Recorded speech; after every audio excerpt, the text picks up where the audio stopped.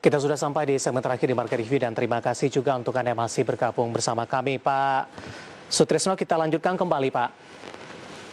Ya. Ya, terkait dengan kemungkinan Pak Sutrisno dengan mekanisme burden sharing, kemudian juga mungkin insentif yang akan diberikan oleh pemerintah kepada para pelaku usaha, bagaimana Apindo melihat kemungkinan ini Pak Sutrisno? Atau memang seharusnya secara keseluruhan pemerintah yang akan menanggung begitu Pak? Ya, kalau kita berharapnya bisa ditanggung sepenuhnya pemerintah ya.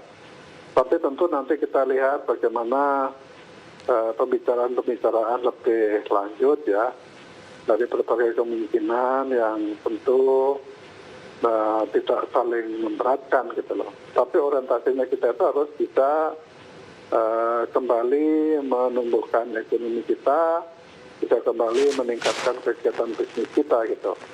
Sepanjang kita bisnisnya jalan dan bisa recovery, saya kira kan semua kemungkinan itu masih serba mungkin ya.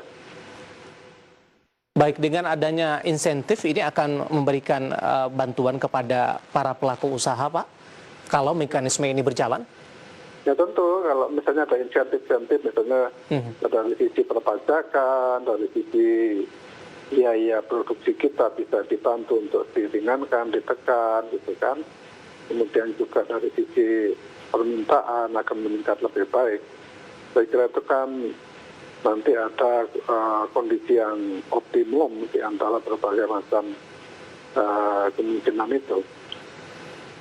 Itu insentif dari sisi kegiatan usaha begitu Pak Sutrisno. Bagaimana dengan insentif ketika vaksinasi ini ditanggung oleh para pelaku usaha tapi dengan tidak dalam kondisi penuh Pak? Nah, iya, tapi kan kita masih mengharapkan itu kondisi penuh. Oke. Tapi bisa saja nanti kalau ada kompensasi dalam bentuk inisiatif lain, misalnya perpajakan atau yang lain. Saya kira sih itu bisa dirundingkan lah. Yang penting kita sama-sama optimis dulu untuk menyongsong perbaikan kesehatan yang tentu berimplikasi dari perbaikan ekonomi.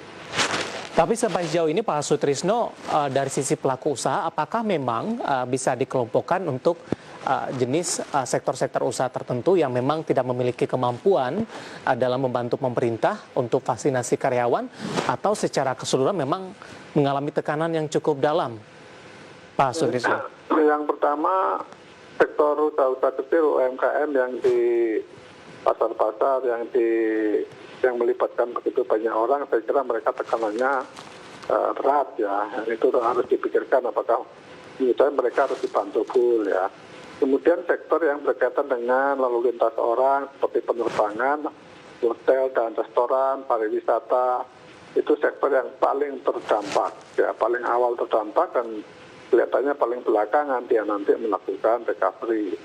Karena sektor-sektor yang berat ya seperti otomotif, tekstil, garment dan sebagainya itu adalah yang berat ya. Ada juga yang tidak terlalu berat ya.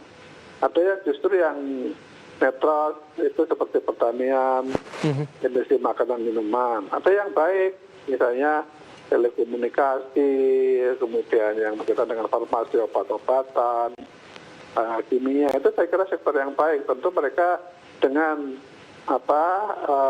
level-level dampak yang seperti itu, kemampuan mereka untuk merespon insentif dan kemampuan untuk membayar vaksin itu kan berbeda-beda gitu. Itu yang saya kira perlu dilihat secara sektoral. Ya, dengan kesimpulan ini masih ada peluang begitu Pak ya, tapi harus perlu pengkajian lebih dalam, kemudian insentif apa yang didapatkan oleh para pelaku usaha nantinya ketika kebijakan ini diperlakukan.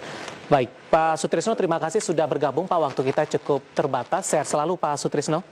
Terima kasih. Baik, terima kasih ada Bapak Sutrisno Iwantono, Ketua Bidang Kebijakan Publik Apindo. Dan tadi kita membahas vaksin tiba, siapa yang tanggung biaya vaksin karyawan.